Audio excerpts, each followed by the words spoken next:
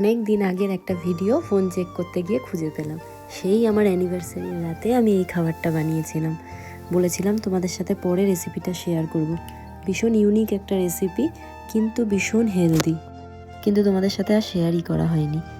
আমি তো চিংড়ি মাছ খেতে ভীষণ ভালোবাসি, তাই ফ্রিজে অল্প করে চিংড়ি মাছ আমি সবসময় রেখে দিই। সেদিন প্রথমে একটু মেথি আর জিরে নিয়ে একটু ড্রাই রোস্ট করে মিক্সার গ্রাইন্ডারে গুঁড়ো করে নেবে। তারপর তেলের মধ্যে পেঁয়াজ, একটু লঙ্কা, চিংড়ি মাছ আর প্রথমে অল্প টক দই দেবে।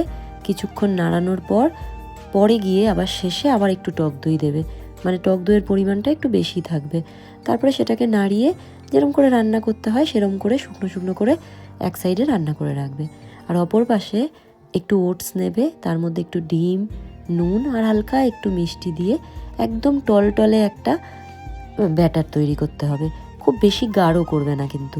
এরপর এই ব্যাটারটাকে আধ ঘন্টার মতো রেস্টে রেখে দিতে হবে। এরপর ফ্রাইং প্যানে অল্প একটু অয়েল ব্রাশ করে, মানে যতটুকু তেল না দিলে নয় ততটা তেল দিয়ে এই ব্যাটারটা পাতলা করে তার মধ্যে ঢেলে দেবে। তারপর রুটির মতন এপাশ ওপাশ করে সেঁকে নেবে।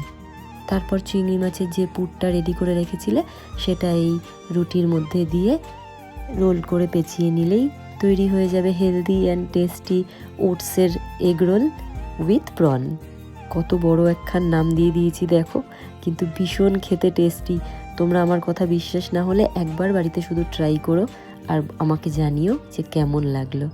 আমি মাঝে মাঝেই এরম ধরনের কিছু ট্রাই করতেই থাকি। ইউটিউব, ফেসবুকে এখন তো অনেক রকমের অপশান খাবার বানানোর, কিন্তু ওই এদিক আর ওদিক করে কিছু কিছু অ্যাড করি, কিছু আবার স্কিপ করি। এভাবেই এই রেসিপিগুলো আমি ট্রাই করি। তবে হ্যাঁ, ওই মেথি যেটা আছে তার পরিমাণটা একটু আন্দাজ মতো দিও, নাহলে কিন্তু পুরো রেসিপিটাই একদম তেতো হয়ে যাবে।